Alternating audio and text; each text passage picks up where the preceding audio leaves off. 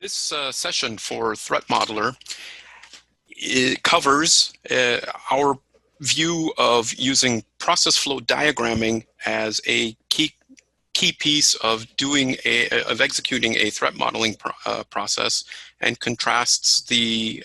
benefits of approaching it with a process flow diagram point of view over our more traditional data flow diagram, not dismissing the need for having an understanding of data flow, but really looking at how threat modeling has needed to evolve beyond purely a data flow diagram. We look at this in view of the additional values and accuracy that comes out of a threat model using a process flow diagram that is described in our methodology of VAST. And we're able to demonstrate how that thinking for process flow diagram is supported by using the Threat Modeler tool. And in the Threat Modeler tool, not only being able to achieve an accurate threat model, but be able to do so across a set of teams, looking at the technology involved, both horizontally as an ecosystem within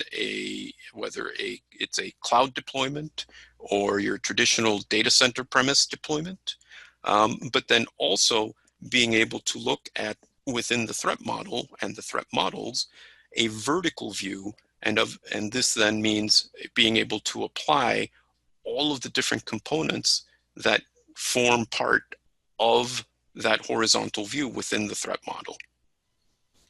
In looking at it that way, you're able to dimension better your threats and the necessary security requirements, applying context out of that multidimensional view. Through this, we achieve a reduction in security debt.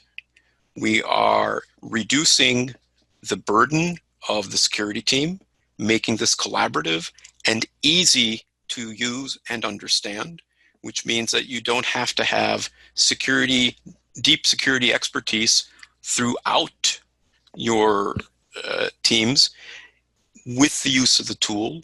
you can have the different engineering teams participating, contributing their direct level of expertise into the threat model, having the tool then supporting the threat intelligence and security requirements aspect,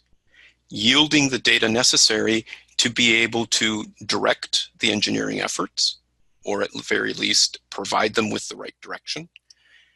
being able to, from there, address the status of the threats that have been identified, have an understanding of the security posture, through the tool, having a living artifact throughout the life cycle of that project. And that's not just inception to first release, but truly the ability to take it to the end of life of the project itself. And so you have a living blueprint of what the evolution is of that particular technology stack that you've now threat modeled. As you have that evolution, you have that data available then throughout the whole time, and able to be then included both at a project level for the associated stakeholders, as well as being able to take that same data within a larger ecosystem and look at the whole landscape of your technology deployments and how each one of these fits within that larger landscape.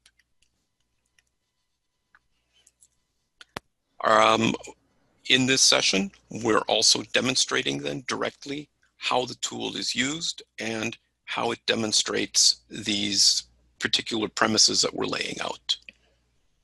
Thank you.